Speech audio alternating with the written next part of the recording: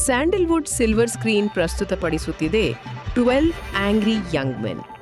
ಈ cinema Hollywood ಇತಿಹಾಸದ ಒಂದು ಬಹಳ ದೊಡ್ಡ ಸಿನಿಮಾ ಮತ್ತು ಈ ಸಿನಿಮಾವನ್ನು ಹಾಲಿವುಡ್ನ ಕೋರ್ಟ್ ರೂಮ್ ಸಿನಿಮಾಗಳ ಸರಣಿಯಲ್ಲಿ ಎರಡನೇ ಅತಿದೊಡ್ಡ ಸಿನಿಮಾ ಎಂದು ಪರಿಗಣಿಸಲಾಗಿದೆ. ಹಾಗೆಯೇ ಈ ಸಿನಿಮಾದ IMDb ರೇಟಿಂಗ್ 8.9 ಆಗಿದೆ. ಈ ಕಥೆ ಒಬ್ಬ 18 ವರ್ಷದ ಹುಡುಗನಿಂದ ಶುರುವಾಗುತ್ತದೆ. ಅವನ ಮೇಲೆ ತನ್ನ ತಂದೆಯನ್ನೇ ಚಾಕುವಿನಿಂದ ಇರಿದು ಕೊಲೆ ಮಾಡಿದ್ದಾನೆ ಎಂಬ ಆರೋಪವಿರುತ್ತದೆ. ಅವನ ಕೇಸ್ನ ವಿಚಾರಣೆ ನಡೆಯುತ್ತದೆ ಮತ್ತು ಈ ವಿಚಾರಣೆಯಲ್ಲಿ 12 ಮಂದಿ ಜೂರಿ ಸದಸ್ಯರಿರುತ್ತಾರೆ. ಅವರು ಒಮ್ಮತದ ನಿರ್ಧಾರ ತೆಗೆದುಕೊಂಡರೆ ಮಾತ್ರ ಅವನನ್ನು ಗೌರವಯುತವಾಗಿ ಬಿಡುಗಡೆ ಮಾಡಲಾಗುತ್ತದೆ. ಈ 12 ಜನರು ಒಂದು ಕೋಣೆಗೆ ಬರುತ್ತಾರೆ ಮತ್ತು ಇಲ್ಲಿ ಕೋರ್ಟ್ನ ಸರ್ಕಾರಿ ಅಧಿಕಾರಿ ಇವರೆಲ್ಲರಿಗೂ ಒಂದು ಮಾತನ್ನು ಹೇಳುತ್ತಾನೆ. ಅದೇನೆಂದರೆ, ಎಲ್ಲಿಯವರೆಗೆ ನಿರ್ಧಾರವಾಗುವುದಿಲ್ಲವೋ ಅಲ್ಲಿಯವರೆಗೆ ಯಾರೂ ಈ ಕೋಣೆಯಿಂದ ಹೊರಗೆ ಹೋಗುವಂತಿಲ್ಲ. ನಿಮಗೆ ಯಾರನ್ನು ಭೇಟಿ ಅಥವಾ ಫೋನ್ ಮಾಡಲು ಅನುಮತಿ ಇಲ್ಲ. ನಿಮಗೆ ಏನಾದರೂ ಬೇಕಿದ್ದರೆ ನನ್ನನ್ನು ಕರೆಯಬಹುದು ಎಂದು ಹೇಳಿ ಅವನು ಅಲ್ಲಿಂದ ಹೊರಗೆ ಹೋಗುತ್ತಾನೆ. ಇದಾದ ನಂತರ ಈ 12 ಮಂದಿ ಜೂರಿ ಸದಸ್ಯರು ತಮ್ಮ ತಮ್ಮ ನಂಬರ್ ಪ್ರಕಾರ ಕುಳಿತುಕೊಳ್ಳುತ್ತಾರೆ. ವಾಸ್ತವವಾಗಿ ಇಲ್ಲಿ ಪ್ರತಿಯೊಬ್ಬ ಜೂರಿ ಸದಸ್ಯನಿಗೂ ಒಂದು ನಂಬರ್ ನೀಡಲಾಗಿರುತ್ತದೆ. ಇವರೆಲ್ಲರಿಗೂ ಇದು ಒಂದು ಕಡೆಯ ನಿರ್ಧಾರದ ಕೇಸ್ ಎನಿಸಿರುತ್ತದೆ. ಯಾಕೆಂದರೆ ಎಲ್ಲ ಸಾಕ್ಷಿಗಳು ಮತ್ತು ಪುರಾವೆಗಳು ಆ ಹುಡುಗನ ವಿರುದ್ಧವೇ ಇರುತ್ತವೆ. ಯಾವ ಹುಡುಗನ ಮೇಲೆ ವಿಚಾರಣೆ ನಡೆಯುತ್ತಿದೆಯೋ ಅವನ ವಿರುದ್ಧವೇ ಎಲ್ಲವೂ ಇರುತ್ತದೆ. ಇವರೆಲ್ಲರಿಗೂ ಕೆಲವೇ ನಿಮಿಷಗಳಲ್ಲಿ ತಮ್ಮ ನಿರ್ಧಾರ ತಿಳಿಸಿ ಇಲ್ಲಿಂದ ಹೊರಬರಬಹುದು ಎಂದು ಅನ್ನಿಸಿರುತ್ತದೆ. ಎಲ್ಲರೂ ಕುಳಿತುಕೊಳ್ಳುತ್ತಾರೆ ಮತ್ತು ಆಮೇಲೆ ಇವರು ಈಗ ವೋಟ್ ಮಾಡೋಣ ಎಂದು ನಿರ್ಧರಿಸುತ್ತಾರೆ. ಒಂದು ವೇಳೆ ಎಲ್ಲಾ ವೋಟುಗಳು ಒಂದೇ ಪರವಾಗಿದ್ದರೆ ನಾವು ನಮ್ಮ ನಿರ್ಧಾರವನ್ನು ಜಡ್ಜ್ಗೆ ತಿಳಿಸಬಹುದು ಎಂದುಕೊಳ್ಳುತ್ತಾರೆ. ಆ ಹುಡುಗ ತನ್ನ ತಂದೆಯನ್ನೇ ಕೊಲೆ ಮಾಡಿದ್ದಾನೆ ಎಂದು ಯಾರಿಗೆಲ್ಲ ಅನ್ನಿಸುತ್ತದೆಯೋ ಅವರು ಕೈ ಎತ್ತಿ ಎಂದು ಹೇಳಲಾಗುತ್ತದೆ. ಇವರಲ್ಲಿ 11 ಮಂದಿ ಕೈ ಎತ್ತುತ್ತಾರೆ. ಅಂದರೆ 11 ಮಂದಿ ಆ ಹುಡುಗನೇ ಕೊಲೆ ಮಾಡಿದ್ದಾನೆ ಎಂದು ನಂಬಿರುತ್ತಾರೆ. ಆದರೆ ಒಬ್ಬ ವ್ಯಕ್ತಿ ಮಾತ್ರ ಕೈ ಎತ್ತುವುದಿಲ್ಲ. ಅವನೇ ಜೂರಿ ನಂಬರ್ 8. ಅವನು ಹೇಳುತ್ತಾನೆ, ನಾವು ನಿರ್ಧಾರ ತೆಗೆದುಕೊಳ್ಳುವವರೆಗೆ ಇಲ್ಲಿಂದ ಹೋಗಲು ಸಾಧ್ಯವಿಲ್ಲ ಎಂದು. ಈ ಮಾತು ಕೇಳಿ ಉಳಿದ ಎಲ್ಲಾ ಜೂರಿ ಸದಸ್ಯರು ಜೂರಿ ನಂಬರ್ 8ನ ಮೇಲೆ ಸಿಟ್ಟಾಗುತ್ತಾರೆ. ನಾವೀಗ ಏನು ಮಾಡಬೇಕು ಎಂದು ಅವರು ಕೇಳುತ್ತಾರೆ. ಆಗ ಅವರಲ್ಲಿ ಒಬ್ಬನು ಹೇಳುತ್ತಾನೆ, ಆ ಹುಡುಗ ಅಪರಾಧಿ ಎಂದು ನಾವು ಇವನಿಗೆ ಮನವರಿಕೆ ಮಾಡಿಕೊಡಲು ಪ್ರಯತ್ನಿಸಬೇಕು ಎಂದು. ಅವನೇ ತನ್ನ ತಂದೆಯನ್ನು ಕೊಂದಿದ್ದಾನೆ ಎಂದು ಸಾಬೀತುಪಡಿಸಲು ಎಲ್ಲರೂ ಒಬ್ಬೊಬ್ಬರಾಗಿ ಕೋರ್ಟ್ನಲ್ಲಿ ನಡೆದ ವಿಷಯಗಳನ್ನು ಹೇಳಲು ಶುರು ಮಾಡುತ್ತಾರೆ.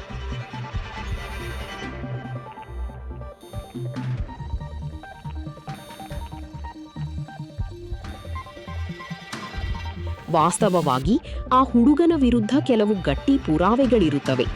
ಅವು ಅವನನ್ನು ಅಪರಾಧಿ ಎಂದು ಸಾಬೀತುಪಡಿಸುತ್ತವೆ. ಇದರಲ್ಲಿ ಮುಖ್ಯವಾಗಿ 3 ದೊಡ್ಡ ಸಾಕ್ಷಿಗಳಿರುತ್ತವೆ. ಅವರ ಕೋಣೆಯ ಕೆಳಗೆ ವಾಸಿಸುತ್ತಿದ್ದ ಆ ವ್ಯಕ್ತಿ ಮೊದಲ ಸಾಕ್ಷಿಯಾಗಿದ್ದು, ಆ ಹುಡುಗ ತನ್ನ ತಂದೆಯನ್ನು ಕೊಂದು ಓಡಿ ಹೋಗುವುದನ್ನು ನಾನು ನೋಡಿದೆ ಎಂದು ಹೇಳಿರುತ್ತಾನೆ. ಎರಡನೇ ಸಾಕ್ಷಿಯು ಕೊಲೆ ನಡೆದ ಸ್ಥಳದಲ್ಲಿ ಪತ್ತೆಯಾದ ಚಾಕು ಮತ್ತು ಅದನ್ನು ಅದೇ ಸಂಜೆ ಆ ಹುಡುಗ ಖರೀದಿಸಿರುತ್ತಾನೆ. ಮೂರನೆಯ ಸಾಕ್ಷಿಯೆಂದರೆ ಅವರ ಕೋಣೆಯ ಎದುರು ಮತ್ತು ರೈಲ್ವೆ ಹಳಿಗಳ ಇನ್ನೊಂದು ಬದಿಯಲ್ಲಿರುವ ಆ ಕಟ್ಟಡದಲ್ಲಿ ವಾಸಿಸುತ್ತಿದ್ದ ಮಹಿಳೆ ಮತ್ತು ಈ ಮಹಿಳೆಗೆ ಮೊದಲೇ ಆ ಹುಡುಗನ ಪರಿಚಯವಿತ್ತು. ಹೀಗಾಗಿ ಹುಡುಗನೇ ತನ್ನ ತಂದೆಯನ್ನು ಕೊಂದಿದ್ದಾನೆ ಎಂಬುದಕ್ಕೆ ಇವು 3 ಪ್ರಮುಖ ಸಾಕ್ಷಿಗಳಾಗಿದ್ದವು. ಈ 12 ಜೂರಿ ಸದಸ್ಯರಲ್ಲಿ ನಂಬರ್ 3ರ ಸದಸ್ಯ ಎದ್ದು ನಿಲ್ಲುತ್ತಾನೆ ಮತ್ತು ಅವನು ಹೇಳುತ್ತಾನೆ, ನಾವು ಇದ್ದ ಅದೇ ನ್ಯಾಯಾಲಯದಲ್ಲಿ ನೀವೂ ಇದ್ದಿರಿ. ನೀವು ಕೂಡ ಎಲ್ಲವನ್ನೂ ಕೇಳಿಸಿಕೊಂಡಿದ್ದೀರಿ. ಆ ಹುಡುಗ ತನ್ನ ತಂದೆಯನ್ನು ಕೊಂದಿಲ್ಲ ಎಂದು ನಿಮಗೆ ಹೇಗೆ ಅನಿಸುತ್ತದೆ ಎಂದು ಕೇಳುತ್ತಾನೆ. ಈಗ ಜೂರಿ ನಂಬರ್ 8 ಯಾರು ಹುಡುಗನ ಪರವಾಗಿ ವೋಟ್ ನೀಡಿದ್ದಾನೋ ಅವನು ಮಾತನಾಡುತ್ತಾನೆ. ಅವನು ಹೇಳುತ್ತಾನೆ, ಆ ಹುಡುಗ ಕೇವಲ 18 ವರ್ಷದ ಮಗು ಎಂದು. ಆಗ ಜೂರಿ ನಂಬರ್ 3 ಹೇಳುತ್ತಾನೆ, ಸರಿ ನನಗೂ ಗೊತ್ತು, ಆದ್ರೆ ಈ ಕೇಸ್ ಕನ್ನಡಿಯಂತೆ ಸ್ಪಷ್ಟವಾಗಿದೆ. ಎಲ್ಲವೂ ಸಾಬೀತಾಗಿದೆ. ಅವನು ಅಪರಾಧಿ ಮತ್ತು ಅವನು ತನ್ನ ತಂದೆಯನ್ನೇ ಕೊಂದಿದ್ದಾನೆ. 18 ವರ್ಷದವನು ಮಗುವಲ್ಲ. ಕೋರ್ಟ್ನಲ್ಲಿ ಕೇಳಿದ ವಿಷಯಗಳನ್ನೇ ನಾನು ಇಲ್ಲಿ ಮತ್ತೆ ಹೇಳಬೇಕೆಂದು ನೀವು ಬಯಸುತ್ತೀರಾ ಎಂದು ಕೇಳುತ್ತಾನೆ. ಅವನು ಇಲ್ಲ ಎಂದು ಹೇಳುತ್ತಾನೆ. ಒಂದು ವೇಳೆ ಅವನು ಅಪರಾಧಿಯಾಗಿದ್ದರೆ ಅವನನ್ನು ಗಲ್ಲಿಗೆ ಇರಿಸಲಾಗುತ್ತದೆ. ಈಗ ಇಲ್ಲಿರುವ ಬಹುತೇಕ ಎಲ್ಲ ಜೂರಿ ಸದಸ್ಯರು ನಂಬರ್ 8ರ ವಿರುದ್ಧ ಇರುತ್ತಾರೆ. ಯಾಕೆಂದರೆ ಆ ಹುಡುಗನೇ ಕೊಲೆ ಮಾಡಿದ್ದಾನೆ ಎಂದು ಅವರೆಲ್ಲರಿಗೂ ಪೂರ್ಣ ನಂಬಿಕೆ ಇರುತ್ತದೆ. ಜೂರಿ ನಂಬರ್ 8 ಹೇಳುತ್ತಾನೆ, ಆದರೆ ನನಗಿದು ಅಷ್ಟು ಸುಲಭವಲ್ಲ, ನಾನು ಇಷ್ಟು ಬೇಗ ನಿರ್ಧಾರ ನೀಡಲು ಸಾಧ್ಯವಿಲ್ಲ ಎಂದು. ಅವನ ಎದುರು ಜೂರಿ ನಂಬರ್ 7 ಇರುತ್ತಾನೆ. ಅವನು ಹೇಳುತ್ತಾನೆ, ನಾನು ತಕ್ಷಣ ಕೈಯೆತ್ತಿದ್ದೆ ಎಂದರೆ ಅದು ನನಗೆ ಸುಲಭವಾಗಿತ್ತು ಎಂದು. ಆ ಹುಡುಗ ಒಬ್ಬ ಅಪರಾಧಿ, ಅವನು ತಪ್ಪಿತಸ್ಥ ಎಂದು ನಾನು ಹೇಳುತ್ತೇನೆ. ನೀವು 100 ವರ್ಷ ವಾದ ಮಾಡಿದರೂ ನನ್ನ ನಿರ್ಧಾರ ಬದಲಿಸಲು ಸಾಧ್ಯವಿಲ್ಲ. ಇಲ್ಲಿರುವ ಪ್ರತಿಯೊಬ್ಬರೂ ಆ ಹುಡುಗ ಅಪರಾಧಿ ಎಂದೇ ನಂಬಿದ್ದಾರೆ. ಇದರ ನಿರ್ಧಾರವನ್ನು ನಾವು 5 ನಿಮಿಷದಲ್ಲಿ ತೆಗೆದುಕೊಂಡರೆ ಅದರಿಂದ ಏನು ವ್ಯತ್ಯಾಸವಾಗುತ್ತದೆ ಎಂದು ಕೇಳುತ್ತಾನೆ. ಜೂರಿ ನಂಬರ್ 8 ಹೇಳುತ್ತಾನೆ, ನಾವು ಇದರ ನಿರ್ಧಾರವನ್ನು 1 ಗಂಟೆ ಬಿಟ್ಟು ಮಾಡಿದರೂ ಏನೂ ವ್ಯತ್ಯಾಸವಾಗುವುದಿಲ್ಲ. ಹಾಗೂ ನೀವು ಹೋಗಬೇಕೆಂದಿರುವ ಬೇಸ್ಬಾಲ್ ಮ್ಯಾಚ್ ಇನ್ನೂ 1 ಗಂಟೆಯ ನಂತರವಷ್ಟೇ ಶುರುವಾಗುತ್ತದೆ ಎಂದು ಹೇಳುತ್ತಾನೆ. ನಿಜವೇನೆಂದರೆ ಜೂರಿ ನಂಬರ್ 7ಗೆ ಬೇಸ್ಬಾಲ್ ಮ್ಯಾಚ್ ನೋಡಲು ಹೋಗಬೇಕಿರುತ್ತದೆ.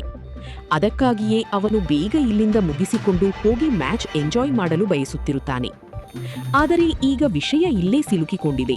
ಯಾಕೆಂದರೆ ವೋಟಿಂಗ್ 11ರ ವಿರುದ್ಧ 1 ಆಗಿರುತ್ತದೆ. ಅಂದರೆ 11 ಮಂದಿ ಅಪರಾಧಿ ಎಂದರೆ ಒಬ್ಬ ಮಾತ್ರ ನಿರಪರಾಧಿ ಎನ್ನುತ್ತಿರುತ್ತಾನೆ. ಇಲ್ಲಿ ಜೂರಿ ನಂಬರ್ 12 ಇರುತ್ತಾನೆ. 12ನೇ ಸಂಖ್ಯೆಯ ಸದಸ್ಯರು ಹೇಳುತ್ತಾರೆ, ಆ ಹುಡುಗ ಅಪರಾಧಿ ಎಂದು ಎಲ್ಲರಿಗೂ ಮನವರಿಕೆ ಮಾಡಲು ಪ್ರಯತ್ನಿಸೋಣ.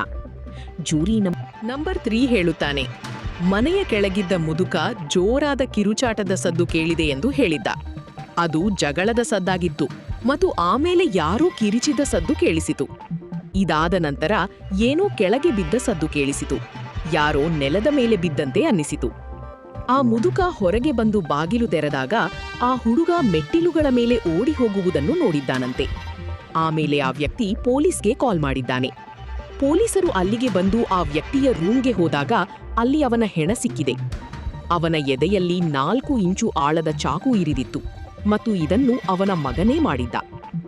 ಆ ವ್ಯಕ್ತಿಯ ಹೆಣ ಅಲ್ಲಿ ಸಿಕ್ಕಿತು ಮತ್ತು ಎದೆಯಲ್ಲಿ 4 ಇಂಚು ಆಳಕ್ಕೆ ಚಾಕು ಇರಿದಿತ್ತು ಮತ್ತು ಇದು ಅವನ ಮಗನ ಕೆಲಸವೇ ಆಗಿತ್ತು. ಅವನ ವಯಸ್ಸು ಕೇವಲ 18 ವರ್ಷ ಎಂದು ನಾನು ಒಪ್ಪುತ್ತೇನೆ. ಆದರೆ ಅವನು ಮಾಡಿದ ಅಪರಾಧ ಬಹಳ ಘೋರವಾದುದು ಮತ್ತು ಇದಕ್ಕೆ ಶಿಕ್ಷೆ ಖಂಡಿತ ಆಗಲೇಬೇಕು ಎಂದು ನಂಬರ್ 3 ಹೇಳುತ್ತಾನೆ. ಇದಾದ ನಂತರ ಮತ್ತೊಬ್ಬ ಜೂರಿ ಸದಸ್ಯ ಒಬ್ಬ ಮಹಿಳೆ ಸಾಕ್ಷಿಯ ಬಗ್ಗೆ ಹೇಳುತ್ತಾನೆ. ಯಾರು ಕಣ್ಣಾರೆ ಕೊಲೆಯನ್ನು ನೋಡಿದ್ದಳೋ ಅವಳ ಬಗ್ಗೆ. ಅವಳು ರೈಲ್ವೆ ಟ್ರ್ಯಾಕ್ನ ಇನ್ನೊಂದು ಬದಿಯಲ್ಲಿ ವಾಸವಾಗಿರುತ್ತಾಳೆ. ಆ ಮಹಿಳೆಯ ಪ್ರಕಾರ ಅವಳಿಗೆ ಸೆಖೆಯ ಕಾರಣದಿಂದ ನಿದ್ದೆ ಬರುತ್ತಿರಲಿಲ್ಲವಂತೆ. ಅವಳು ಕಿಟಕಿಯಿಂದ ಹೊರಗೆ ನೋಡಿದಾಗ ಎದುರಿನ ಕಿಟಕಿಯಲ್ಲಿ ಆ ಹುಡುಗ ತನ್ನ ತಂದೆಗೆ ಚಾಕು ಇರಿಯುತ್ತಿರುವುದು ಕಂಡಿತಂತೆ. ಆದರೆ ಅದೇ ಸಮಯದಲ್ಲಿ ಅಲ್ಲಿಂದ ಒಂದು ರೈಲು ಹಾದು ಹೋಗುತ್ತಿತ್ತು. ಆದರೆ ಕೋರ್ಟ್ನಲ್ಲಿ ಇದು ಸಾಬೀತಾಗಿದೆ ಏನೆಂದರೆ, ಒಂದು ವೇಳೆ ರೈಲಿನ ಲೈಟುಗಳು ಆಫ್ ಆಗಿದ್ದರೆ ಇನ್ನೊಂದು ಬದಿಯಲ್ಲಿ ಏನು ನಡೆಯುತ್ತಿದೆ ಎಂದು ಸ್ಪಷ್ಟವಾಗಿ ನೋಡಬಹುದು ಎಂದು. ಜೂರಿ ನಂಬರ್ 8 ಹೇಳುತ್ತಾನೆ, ನಾವು ಮೊದಲು ಆ ಬಿಲ್ಡಿಂಗ್ನ ಜನರ ಬಗ್ಗೆ ಮಾತನಾಡೋಣ. ಯಾರು ತಂದೆ ಮಗನ ಜಗಳದ ಸದ್ದನ್ನು ಕೇಳಿಸಿಕೊಂಡಿದ್ದರೋ ಅವರ ಬಗ್ಗೆ. ಅಲ್ಲಿ ಜಗಳ ನಡೆಯುತ್ತಿತ್ತು ನಿಜ, ಆದರೆ ಅವರು ತಮ್ಮೊಳಗೆ ಏನು ಮಾತನಾಡಿಕೊಳ್ಳುತ್ತಿದ್ದರು ಎಂದು ಯಾರೂ ಕೇಳಿಸಿಕೊಂಡಿರಲಿಲ್ಲ. ಇದಾದ ನಂತರ ಅವರಿಗೆ 2 ಬಾರಿ ಕೆನ್ನೆಗೆ ಹೊಡೆದ ಸದ್ದು ಕೇಳಿಸಿತು ಮತ್ತು ಹುಡುಗ ಮನೆಯಿಂದ ಹೊರಗೆ ಹೋದ.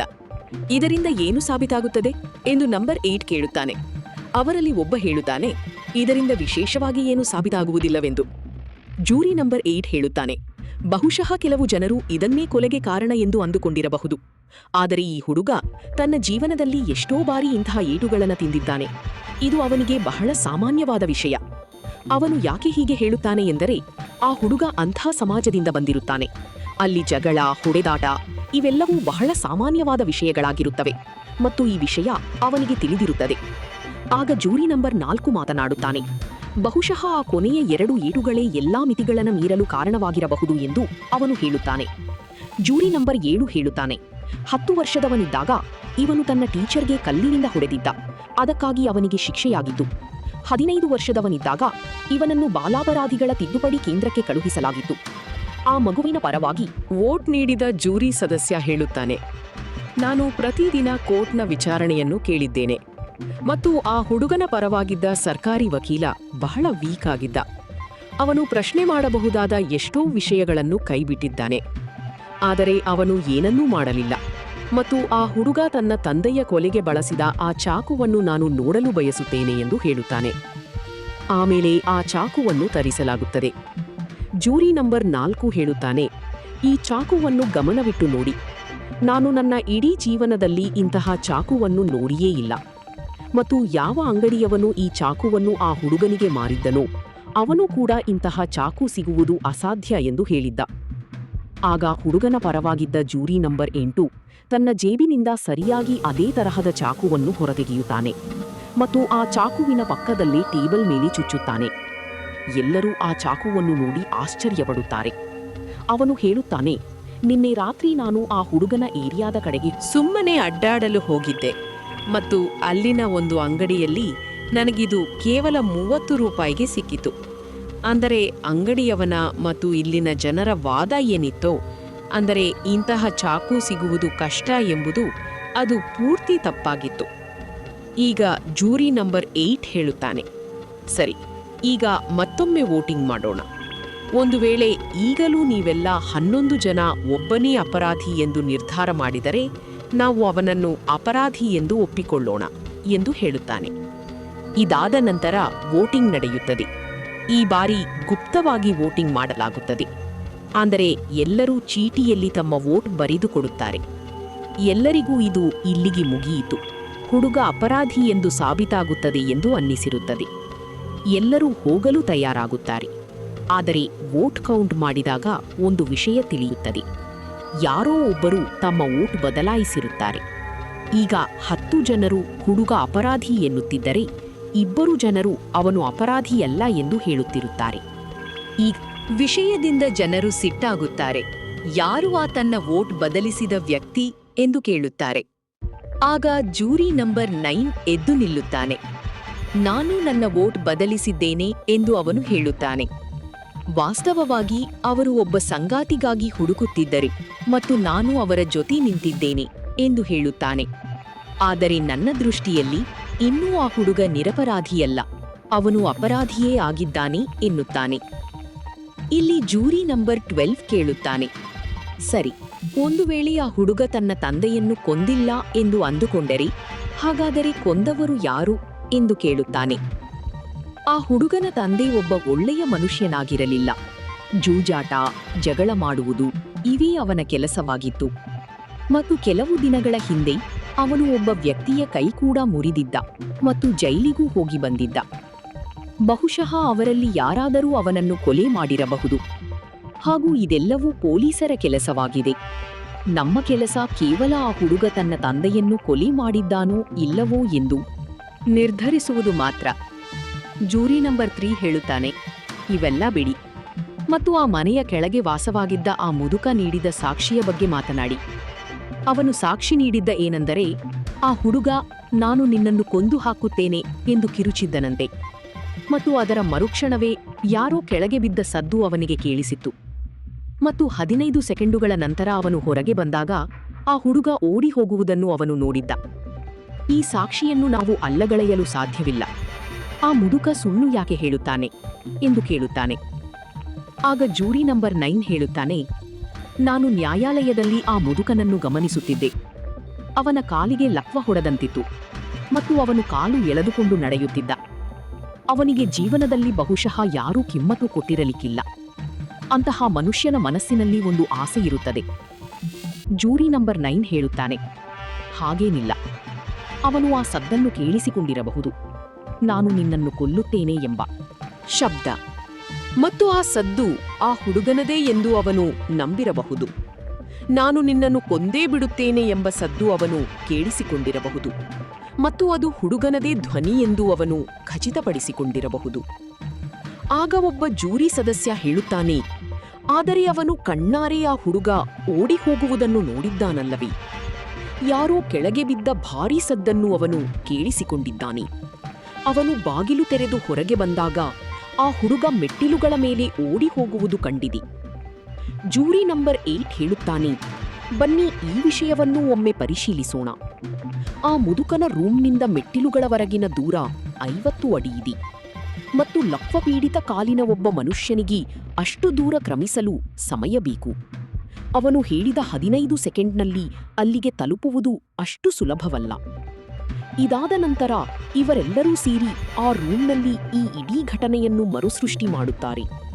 ಇದರಲ್ಲಿ ಜೂರಿ ನಂಬರ್ 8 ಆ ಮುದುಕನ ಪಾತ್ರ ಮಾಡುತ್ತಾನೆ. ಅವನಂತೆಯೇ ಕುಂಟುತ್ತಾ 50 ಅಡಿ ದೂರವನ್ನು ಕ್ರಮಿಸುತ್ತಾನೆ.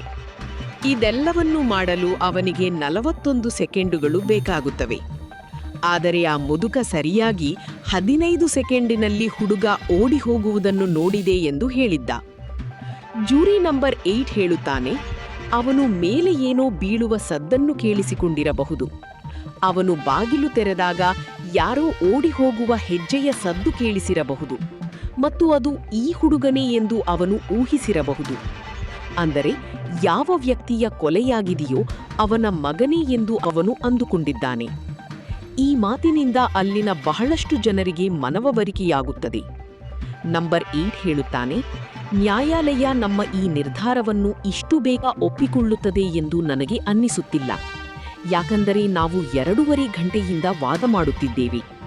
ನಾವು ಇನ್ನೂ 2 ಗಂಟೆ ಸಮಯ ಕೊಡಬೇಕು ಎಂದು ಹೇಳುತ್ತಾನೆ ಮತ್ತು ಇದುವರೆಗೆ ಅವರ ನಡುವೆ ನಡೆದ ಎಲ್ಲಾ ಮಾತುಗಳ ಬಗ್ಗೆ ಚರ್ಚಿಸುತ್ತಾರೆ. ಈಗ ಇಲ್ಲಿ ಜೂರಿ ನಂಬರ್ 2 ಇರುತ್ತಾನೆ. ಅವನು ಹೇಳುತ್ತಾನೆ, ನಾನು ಈ ಚಾಕುವನ್ನು ಮತ್ತೊಮ್ಮೆ ನೋಡಲು ಬಯಸುತ್ತೇನೆ ಎಂದು. ಅವನು ಚಾಕುವನ್ನು ನೋಡಿ ಹೇಳುತ್ತಾನೆ, ಈ ಚಾಕುವಿನಿಂದ ಮೇಲಿನಿಂದ ಕೆಳಕ್ಕೆ ಇರಿಯಲಾಗಿದೆ ಎಂದು. ಹುಡುಗನ ಎತ್ತರ ಅವನ ತಂದೆಗಿಂತ ಕಡಿಮೆ ಇತ್ತು ಮತ್ತು ಕಡಿಮೆ ಎತ್ತರದವನು ಈ ರೀತಿ ಮಾಡಲು ಸಾಧ್ಯವಿಲ್ಲ ಎಂದು ನನಗೆ ಅನ್ನಿಸುತ್ತಿದೆ ಎನ್ನುತ್ತಾನೆ. ಆಗ ಜೂರಿ ನಂಬರ್ 3 ಹೇಳುತ್ತಾನೆ, ಆ ಚಾಕುವನ್ನು ನನಗೆ ಕೊಡಿ ಎಂದು. ಮತ್ತು ಅವನು ಹೇಳುತ್ತಾನೆ, ಯಾರಾದರೂ ಒಬ್ಬರು ಇಲ್ಲಿ ಬಂದು ನಿಂತುಕೊಳ್ಳಿ ಎಂದು. ಜೂರಿ ನಂಬರ್ 8 ಅವನ ಎದುರು ಬಂದು ನಿಲ್ಲುತ್ತಾನೆ ಮತ್ತು ನಂಬರ್ 3 ಆ ಚಾಕುವನ್ನು ಮೇಲಿನಿಂದ ಹಿಡಿದುಕೊಳ್ಳುತ್ತಾನೆ. ಅವನು ದಾಳಿ ಮಾಡಿ ತೋರಿಸುತ್ತಾನೆ, ಆ ಹುಡುಗ ಈ ರೀತಿಯೇ ಕೊಲೆ ಮಾಡಿರಬೇಕು ಎಂದು. ಆದರೆ ಇಲ್ಲಿ ಜೂರಿ ನಂಬರ್ 5 ಮಧ್ಯಪ್ರವೇಶಿಸುತ್ತಾನೆ. ಅವನ ಬಾಲ್ಯ ಅಂತಹದ್ದೇ ಏರಿಯಾದಲ್ಲಿ ಕಳೆದಿರುತ್ತದೆ. ಯಾವ ಏರಿಯಾದಲ್ಲಿ ಆ ಹುಡುಗ ಬೆಳೆದಿದ್ದನೋ ಅಂತಹದ್ದೇ ಬಸ್ತಿಯಲ್ಲಿ. ತನ್ನ ಬಾಲ್ಯದಲ್ಲಿ ಅವನು ಚಾಕು ಬಳಸುವುದು, ಕೊಲೆ ಮಾಡುವುದು, ಇಂತಹ ಪರಿಸರವನ್ನು ನೋಡಿದ್ದ. ಅವನು ಹೇಳುತ್ತಾನೆ, ಈ ಚಾಕುವನ್ನು ನನಗೆ ತೋರಿಸಿ ಎಂದು. ನನ್ನ ತಲೆಯಲ್ಲಿ ಒಂದು ವಿಷಯ ಬಂದಿದೆ. ಬಹುಶಃ ನನ್ನ ಬಾಲ್ಯವನ್ನು ನಾನು ನೆನಪಿಸಿಕೊಳ್ಳಲು ಬಯಸುತ್ತಿರಲಿಲ್ಲ. ಅವನು ಹೇಳುತ್ತಾನೆ, ಈ ಚಾಕುವನ್ನು ಹೀಗೆ ಬಳಸುವುದಿಲ್ಲ. ಇದು ಬಟನ್ ಇರುವ ಚಾಕು. ಇದು ಬಟನ್ ಚಾಕುವಾಗಿರುವುದರಿಂದ ಇದನ್ನು ಹೀಗೆ ತೆರೆಯಲಾಗುತ್ತದೆ ಮತ್ತು ಕೆಳಗಿನಿಂದ ಇರಿಯಲಾಗುತ್ತದೆ. ಒಂದು ವೇಳೆ ಯಾರಾದರೂ ಮೇಲಿನಿಂದ ಇರಿಯಲು ಹೋದರೆ ಅವರು ತಮ್ಮ ಹಿಡಿತವನ್ನು ಪೂರ್ತಿ ಬದಲಾಯಿಸಬೇಕಾಗುತ್ತದೆ. ಅವನು ತನ್ನ ಶರ್ಟ್ ಮೇಲೆ ಮಾಡುತ್ತಾನೆ ಮತ್ತು ಅವನ ಹೊಟ್ಟೆಯ ಮೇಲೆ ಹಳೆಯ ಗಾಯದ ಗುರುತಿರುತ್ತದೆ. ಅವನು ಹೇಳುತ್ತಾನೆ, ಈ ಗಾಯ ಕೂಡ ನನಗೆ ಯಾರೋ ಇಂತಹದ್ದೇ ಚಾಕುವಿನಿಂದ ಮಾಡಿದ್ದರು ಎಂದು. ಆ ಮಹಿಳೆ ಯಾರು ರೈಲ್ವೆ ಟ್ರ್ಯಾಕ್ನ ಇನ್ನೊಂದು ಬದಿಯ ಬಿಲ್ಡಿಂಗ್ನಲ್ಲಿ ವಾಸಿಸುತ್ತಿದ್ದಾಳೋ ಅವಳ ರೂಮಿನಿಂದ ಆ ಕೊಲೆ ನಡೆದ ಕೊಠಡಿ ಸ್ಪಷ್ಟವಾಗಿ ಕಾಣಿಸುತ್ತದೆ. ಮತ್ತು ಅವಳು ತನ್ನ ಸಾಕ್ಷಿಯಲ್ಲಿ ಹೇಳಿದ್ದಳು ಏನೆಂದರೆ, ಹಾದು ಹೋಗುತ್ತಿದ್ದ ಲೋಕಲ್ ಟ್ರೈನ್ನ ಕೊನೆಯ 2 ಬೋಗಿಗಳ ಕಿಟಕಿಯಿಂದ ಆ ಹುಡುಗ ತನ್ನ ತಂದೆಯನ್ನು ಕೊಲೆ ಮಾಡುವುದು ಕಂಡಿತು ಎಂದು ಮತ್ತು ಅವನು ಚಾಕುವಿನಿಂದ ಮೇಲಿನಿಂದಲೇ ಇರಿದಿದ್ದ ಎಂದು ಅವಳು ಹೇಳಿದ್ದಳು. ಈ ಮಹಿಳೆಯ ಸಾಕ್ಷಿಯನ್ನು ನಾವು ಅಲ್ಲಗಳೆಯಲು ಸಾಧ್ಯವಿಲ್ಲ ಎಂದು ಜೂರಿ ಸದಸ್ಯರು ಅಂದುಕೊಳ್ಳುತ್ತಾರೆ. ನಂಬರ್ 3 ಹೇಳುತ್ತಾನೆ, ಇವರು ಹೇಳುತ್ತಿರುವುದು ಸರಿಯಾಗಿದೆ. ಬಾಕಿ ಎಲ್ಲ ಸಾಕ್ಷಿಗಳನ್ನು ಕಿಟಕಿಯಿಂದ ಹೊರಗೆ ಎಸೆಯಿರಿ, ಆದರೆ ಈ ಸಾಕ್ಷಿಯನ್ನು ನಾವು ಕಡೆಗಣಿಸಲು ಸಾಧ್ಯವಿವೆ ಎಂದು. ಇವಳ ಸಾಕ್ಷಿಯನ್ನು ಸುಳ್ಳು ಮಾಡುವುದು ಅಷ್ಟು ಸುಲಭವಲ್ಲ ಮತ್ತು ಅಲ್ಲಿ ಸುತ್ತಲೂ ಸ್ಮಶಾನ ಮೌನ ಆವರಿಸುತ್ತದೆ. ಆಗ ಜೂರಿ ನಂಬರ್ 3 ಹೇಳುತ್ತಾನೆ, ಈಗ ನಾವು ಯಾವುದೇ ನಿರ್ಧಾರಕ್ಕೆ ಬರಲು ಸಾಧ್ಯವಿಲ್ಲ ಎಂದು. ಜೂರಿ ನಂಬರ್ 4 ಹೇಳುತ್ತಾನೆ, ನಾವು ಒಂದು ಸಮಯ ನಿಗದಿ ಮಾಡಿಕೊಳ್ಳೋಣ, ಆಮೇಲೆ ನೇರವಾಗಿ ಕೋರ್ಟಿಗೆ ಹೋಗಿ ನಮಗೆ ನಿರ್ಧಾರ ಮಾಡಲು ಸಾಧ್ಯವಿಲ್ಲ ಎಂದು ಹೇಳೋಣ ಎನ್ನುತ್ತಾನೆ. ಹಾಗೆ ಹೇಳುತ್ತಾ ಅವನು ತನ್ನ ಮೂಗಿನ ಮೇಲೆ ಕೈಯಾಡಿಸುತ್ತಾನೆ. ಅವನಿಗೆ ಏನೂ ತೊಂದರೆಯಾಗುತ್ತಿರುವಂತೆ ಅನ್ನಿಸುತ್ತದೆ ಮತ್ತು ಜೂರಿ ನಂಬರ್ 9 ಇದನ್ನು ನೋಡಿದಾಗ ಅವನ ಹತ್ತಿರ ಹೋಗುತ್ತಾನೆ. ಅವನು ಕೇಳುತ್ತಾನೆ, ನೀವು ಈಗ ತಾನೇ ನಿಮ್ಮ ಮೂಗಿನ ಮೇಲೆ ಕೈಯಾಡಿಸಿದಿರಿ, ನಿಮಗೆ ನೋವಾಗುತ್ತಿದೆಯೇ ಎಂದು. ಅವನು ಹೇಳುತ್ತಾನೆ, ಹೌದು, ನನಗೆ ಇಲ್ಲಿ ತೊಂದರೆಯಾಗುತ್ತಿದೆ ಎಂದು. ಜೂರಿ ನಂಬರ್ 9 ಹೇಳುತ್ತಾನೆ, ಕ್ಷಮಿಸಿ, ನಾನು ನಿಮಗೆ ಇನ್ನೊಂದು ಪ್ರಶ್ನೆ ಕೇಳಲು ಬಯಸುತ್ತೇನೆ. ನೀವು ಎಲ್ಲಿ ಕೈಯಾಡಿಸಿದಿರೋ ಅಲ್ಲಿ 2 ಕಲೆಗಳಿವೆಯಲ್ಲ, ಇದು ಕನ್ನಡಕದ ಕಾರಣದಿಂದ ಆಗಿದ್ದ ಎಂದು ಕೇಳುತ್ತಾನೆ. ಅವನು ಹೌದು ಎಂದು ಹೇಳುತ್ತಾನೆ. ಮತ್ತು ನಂಬರ್ 9 ಹೇಳುತ್ತಾನೆ, ಆ ಮಹಿಳೆ ಯಾರು ತಾನು ಕೊಲೆಯನ್ನು ನೋಡಿದ್ದೇನೆ ಎಂದು ಹೇಳುತ್ತಿದ್ದಾಳೋ ಅವಳ ಕಣ್ಣಿನ 2 ಬದಿಗಳಲ್ಲಿ ಇಂತಹದ್ದೇ ಕಲೆಗಳಿದ್ದವು ಮತ್ತು ಅವಳು ಆ ಸಮಯದಲ್ಲಿ ನಿದ್ದೆ ಮಾಡಲು ಪ್ರಯತ್ನಿಸುತ್ತಿದ್ದಳು. ಅವಳು ಕಿಟಕಿಯಿಂದ ಹೊರಗೆ ನೋಡಿದ ತಕ್ಷಣ ಆ ಕೊಲೆಯನ್ನು ನೋಡಿದ್ದಾಳೆ. ಇದೆಲ್ಲವೂ ಎಷ್ಟು ವೇಗವಾಗಿ ನಡೆದಿದೆ ಎಂದರೆ ಅವಳಿಗೆ ಕನ್ನಡಕ ಹಾಕಿಕೊಂಡು ಆ ಕೊಲೆಯನ್ನು ನೋಡುವಷ್ಟು ಸಮಯ ಇರಲಿಲ್ಲ. ಅವಳು ಕನ್ನಡಕವಿಲ್ಲದೆಯೇ ಕೊಲೆಯನ್ನು ನೋಡಿದ್ದಾಳೆ ಎಂದು ನಂಬರ್ 9 ವಾದಿಸುತ್ತಾನೆ. ನಂಬರ್ 3 ಹೇಳುತ್ತಾನೆ, ಇಲ್ಲ, ಅವಳಿಂದ ತಪ್ಪಾಗಲು ಸಾಧ್ಯವೇ ಇಲ್ಲ ಎಂದು. ಯಾಕೆಂದರೆ ಅವನು ಆ ಹುಡುಗನಿಗೆ ಹೇಗಾದರೂ ಮಾಡಿ ಶಿಕ್ಷೆಯಾಗಲಿ ಎಂದು ಬಯಸುತ್ತಿರುತ್ತಾನೆ. ಆಮೇಲೆ ಜೂರಿ ನಂಬರ್ 8 ಒಬ್ಬೊಬ್ಬರನ್ನೇ ಕೇಳುತ್ತಾನೆ, ಯಾರು ಹುಡುಗನ ವಿರುದ್ಧ ವೋಟ್ ನೀಡಿದ್ದರೋ ಅವರನ್ನ. ಕೊನೆಯದಾಗಿ ಕೇವಲ ಜೂರಿ ನಂಬರ್ 3 ಮಾತ್ರ ಆ ಹುಡುಗ ಅಪರಾಧಿ ಎಂದು ನಂಬುತ್ತಿರುತ್ತಾನೆ. ಅವನು ಹೇಳುತ್ತಾನೆ, ಆ ಮಹಿಳೆಯನ್ನು ಬಿಟ್ಟರೆ ಉಳಿದ ಎಷ್ಟೊಂದು ಸಾಕ್ಷಿಗಳಿವೆ, ಆ ಚಾಕು ಇದೆ, ಆ ಮುದುಕ ಇದ್ದಾನೆ ಎಂದು. ಆಗ ಒಬ್ಬ ಜೂರಿ ಸದಸ್ಯ ಹೇಳುತ್ತಾನೆ, ಈಗ ತಾನೇ ನೀವೇ ಹೇಳಿದಿರಿಯಲ್ವಾ, ಎಲ್ಲ ಸಾಕ್ಷಿಗಳನ್ನು ಕಿಟಕಿಯಿಂದ ಹೊರಗೆ ಎಸೆಯಿರಿ ಎಂದು. ಮತ್ತು ಈಗ ನಮ್ಮ ಹತ್ತಿರ ಕೇವಲ ಈ ಮಹಿಳೆಯ ಸಾಕ್ಷಿ ಮಾತ್ರ ಇರುವುದು ಎಂದು ಹೇಳುತ್ತಾನೆ. ಜೂರಿ ನಂಬರ್ 3 ಈ ಮಾತಿನಿಂದ ಪೂರ್ತಿಯಾಗಿ ಸಿಟ್ಟಾಗುತ್ತಾನೆ. ಜೂರಿ ನಂಬರ್ 8 ಹೇಳುತ್ತಾನೆ, ನಿಮ್ಮ ಈ ನಿರ್ಧಾರಕ್ಕೆ ನೀವು ಕಾರಣವನ್ನು ನೀಡಲೇಬೇಕು, ಯಾಕೆಂದರೆ ನಮಗೆ ನಿಮ್ಮ ಕಾರಣದ ಮೇಲೆ ಸಂಶಯವಿದೆ ಎಂದು ಹೇಳುತ್ತಾನೆ. ಜೂರಿ ನಂಬರ್ 3 ಹೇಳುತ್ತಾನೆ, ನಾನು ನನ್ನ ಇಡೀ ಜೀವನ ಇದೇ ಕೋಣೆಯಲ್ಲಿ ಇದೇ ಕುರ್ಚಿಯ ಮೇಲೆ ಕುಳಿತುಕೊಳ್ಳಬೇಕಾದರೂ ಸರಿ, ಆದರೆ ನನ್ನ ನಿರ್ಧಾರವನ್ನು ನೀವು ಬದಲಿಸಲು ಸಾಧ್ಯವಿಲ್ಲ ಎಂದು ಹೇಳುತ್ತಾನೆ. ಆ ಹುಡುಗ ಏನ್ ಹೇಳಿದ್ದ? ನಾನು ನಿನ್ನನ್ನು ಕೊಂದು ಹಾಕುತ್ತೇನೆ ಎಂದು ಹೇಳಿದ್ದ ಅಲ್ವಾ? ಮತ್ತು ಈ ಮಾತನ್ನು ಅವನು ತನ್ನ ತಂದೆಗೆ ಹೇಳಿದ್ದ. ಆ ತಂದೆಗೆ ಯಾರು ಅವನಿಗೆ ಜನ್ಮ ನೀಡಿದ್ದಾನೋ ಅವನಿಗೆ. ಅವನು ಹೇಳುತ್ತಾನೆ, ನನಗೂ ಒಬ್ಬ ಮಗನಿದ್ದ ಮತ್ತು ಒಂದು ದಿನ ಅವನು ನನ್ನ ಕೆನ್ನೆಗೆ 2 ಏಟು ಹೊಡೆದು ಮನೆ ಬಿಟ್ಟು ಹೋದ. ಅವನ ತಾಯಿ ಅವನ ದುಃಖದಲ್ಲೇ ಸತ್ತು ಹೋದಳು, ಆದರೆ ಅವನು ಅವಳನ್ನು ನೋಡಲೂ ಕೂಡ ಬರಲಿಲ್ಲ. ಹೀಗೆ ಹೇಳುತ್ತಾ ಅವನ ಕಣ್ಣಲ್ಲಿ ನೀರು ಬರುತ್ತದೆ ಮತ್ತು ಅವನು ಬಿಕ್ಕಿ ಬಿಕ್ಕಿ ಅಳಲು ಶುರು ಮಾಡುತ್ತಾನೆ. ಅವನು ಹೇಳುತ್ತಾನೆ, ನಾನು ಕೋಣೆಯಲ್ಲಿ ಒಬ್ಬನೇ ಕುಳಿತಿರುತ್ತೇನೆ, ಗೋಡೆಗಳನ್ನು ನೋಡುತ್ತಾ ಇರುತ್ತೇನೆ ಮತ್ತು ಈ ಒಂಟಿತನ ಆ ಚಾಕುವಿಗಿಂತ ಹೆಚ್ಚಾಗಿ ನನಗೆ ಪ್ರತಿದಿನ ನೋವು ನೀಡುತ್ತಿದೆ ಎಂದು ಹೇಳುತ್ತಾನೆ. ಆಗ ಜೂರಿ ನಂಬರ್ 8 ಅವನ ಹತ್ತಿರ ಹೋಗುತ್ತಾನೆ. ಅವನು ಹೇಳುತ್ತಾನೆ, ಅಪರಾಧಿ ನಿಮ್ಮ ಮಗನಲ್ಲ, ಬೇರೆ ಯಾರತ್ತೋ ಮಗ, ಅವನಿಗೂ ಬದುಕುವ ಹಕ್ಕನ್ನು ನೀಡಿ ಎಂದು ಹೇಳುತ್ತಾನೆ. ಮತ್ತು ಜೂರಿ ನಂಬರ್ 3 ತನ್ನ ನಿರ್ಧಾರವನ್ನು ಬದಲಿಸುತ್ತಾನೆ. ಅವನು ಹೇಳುತ್ತಾನೆ, ಸರಿ, ನಿರಪರಾಧಿ ಎಂದು. ಈ ಸಿನಿಮಾ 1957ರಲ್ಲಿ ಬಿಡುಗಡೆಯಾಗಿತ್ತು ಮತ್ತು IMDbನಲ್ಲಿ ಇಂದಿಗೂ ಇದರ ರೇಟಿಂಗ್ 8.9 ಆಗಿದೆ. ಬಾಲಿವುಡ್ನಲ್ಲಿ ಈ ಸಿನಿಮಾದ ಕಾಪಿ ಮಾಡಲಾಗಿತ್ತು. ಅದರ ಹೆಸರು ಏಕ್ ರುಕಾ ಹುವಾ ಫೈಸಲಾ ಮತ್ತು ಆ ಸಿನಿಮಾದ IMDb ರೇಟಿಂಗ್ 8.3 ಆಗಿದೆ. ಈ ವಿಡಿಯೋ ನಿಮಗೆ ಇಷ್ಟವಾಗಿದೆ ಎಂದು ಭಾವಿಸುತ್ತೇವೆ.